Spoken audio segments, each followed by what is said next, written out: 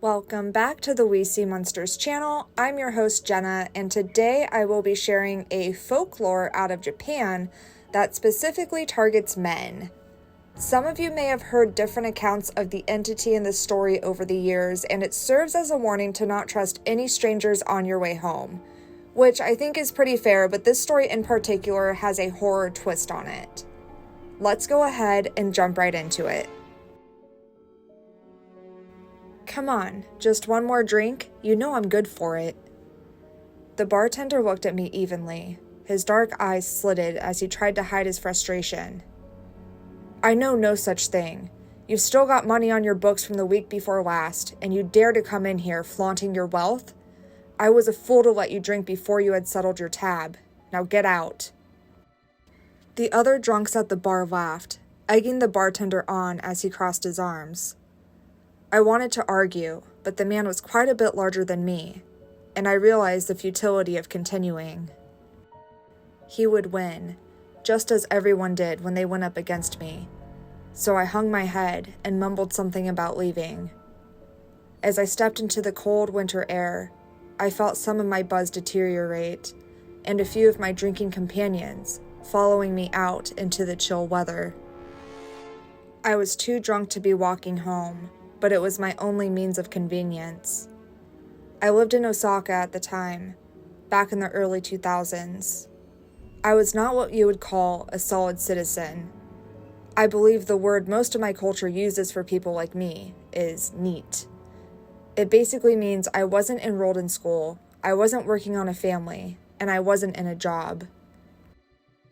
I had never been a very diligent worker or a very good student. The jobs I'd had were menial and often didn't last longer than a month or two. My grades had been good enough to get me into several very expensive cram schools, but not into college. With no real prospects, I had settled into my life as a nobody. My parents paid for a cheap one-bedroom apartment in a part of town where you had to step over the winos as you stumbled home. They sent me money to avoid having me come to the house and bring shame on them. I didn't care. All my money went to booze or even less lofty pursuits, and I was essentially circling the drain. I suppose fate had another plan, because that was when I met a very special woman on my way home. I had been celebrating a small victory that night, but it seemed that my luck had run out.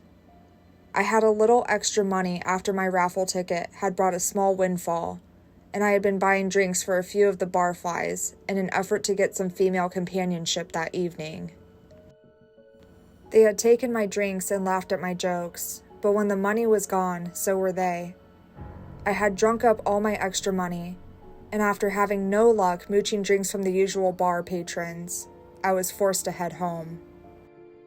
It was early December, and the snow on the ground was only an inch or two. The black ice glistened treacherously from the damp pavement, and I was trying my best not to weave too much as the bracing air took some of my buzz with it.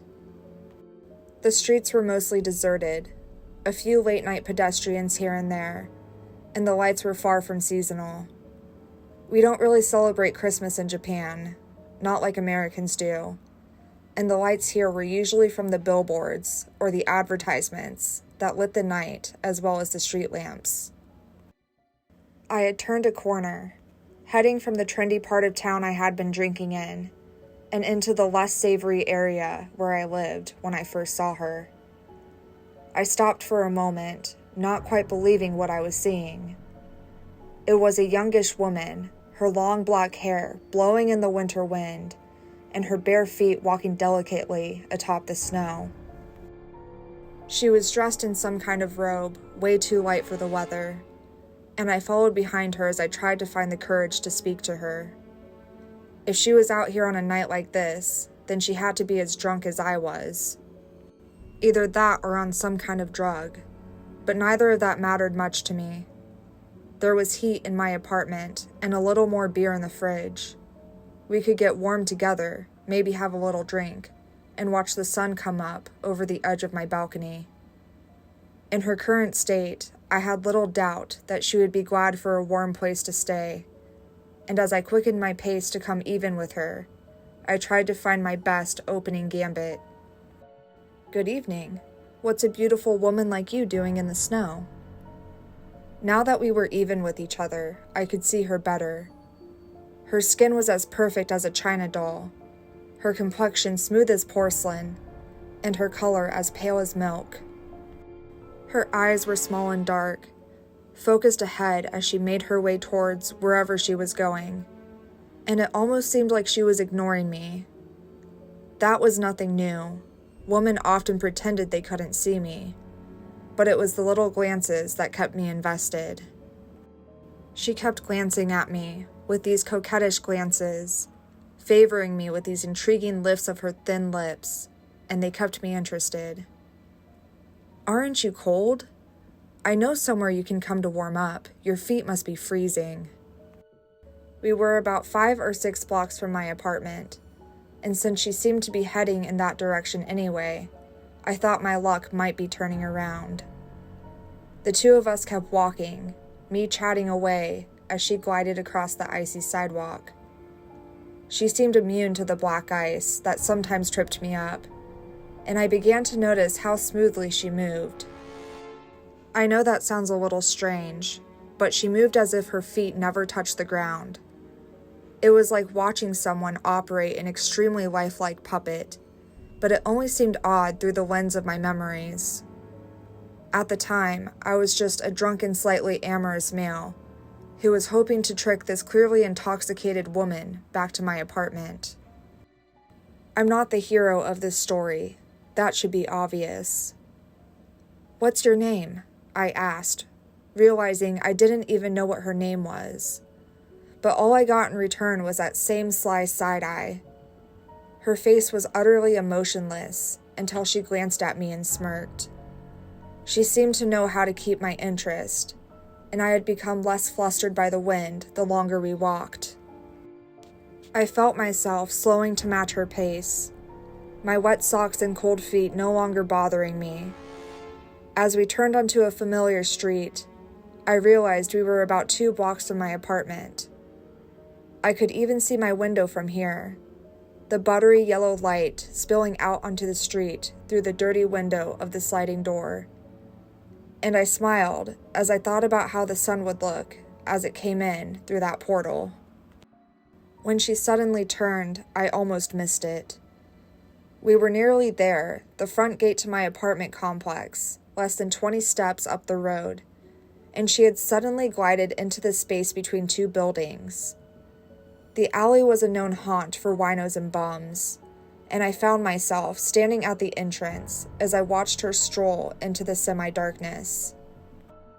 She had captured me effortlessly, and when she spun preternaturally in the low light and crooked a finger at me, I was taking that first step before I could stop myself. Luckily for me, the black ice got me before she did. I slipped, falling onto my butt, and as the cold rushed over me, I sobered a bit. That was how I noticed that despite the snow in the alley being deep enough to cover the first 3 inches of the garbage cans and dumpster, she hadn't left a single footprint in the snow.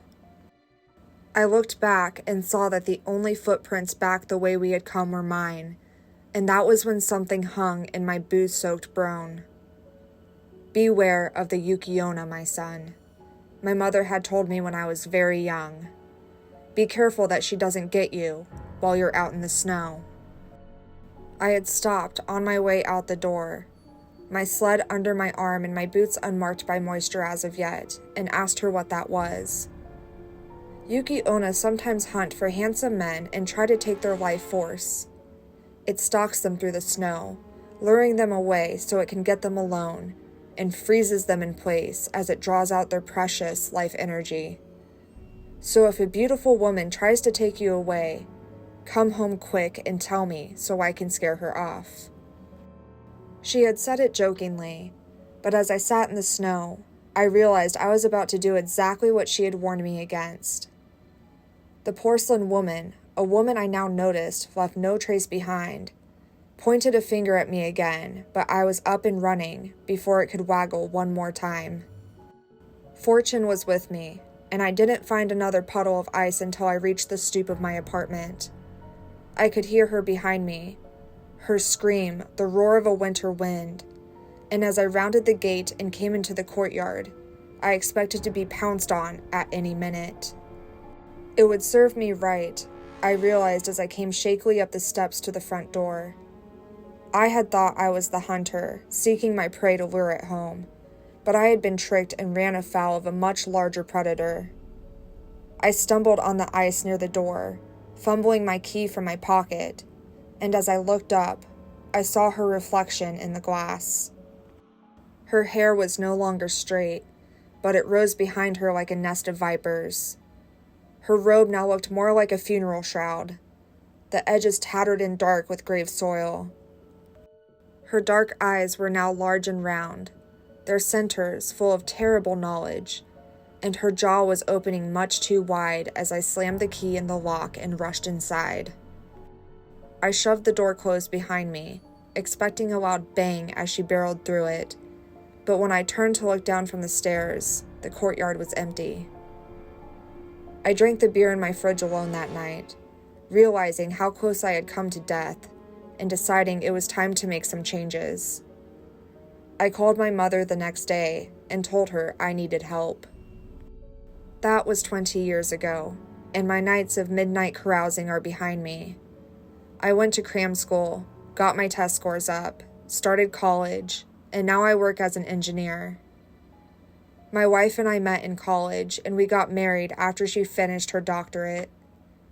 We have an apartment in a much better part of town, a son getting ready for high school, and my current life is as far from that apartment where I saw the snow woman and as night from day.